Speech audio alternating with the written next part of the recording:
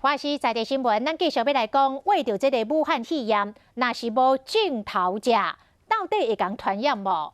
台湾大学公共卫生学院早起开说明会，确认这个无镜头的传播是有可能的。也毋过，这个无镜头的传播威力到底有偌大？爱阁进一步来评估。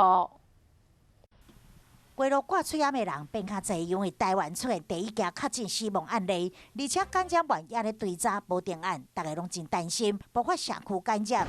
台湾大学公共卫生学院召开说明会，确认无症状传播是有可能的。所谓的症状潜伏期是平均是多少？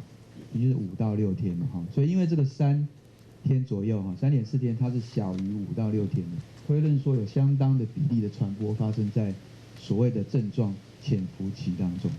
但是无症状的影响力到底有偌大？目前拢也需要进一步评估。无确定性的主要原因，伫流行病学参数，可能因为资料取用有差异。如果我们的防疫警戒线没有再提升，如果只用现在目前的发烧筛检，我们可能会有7000个个案的感染人数，包含不正常潜伏在我们现在目前的社区。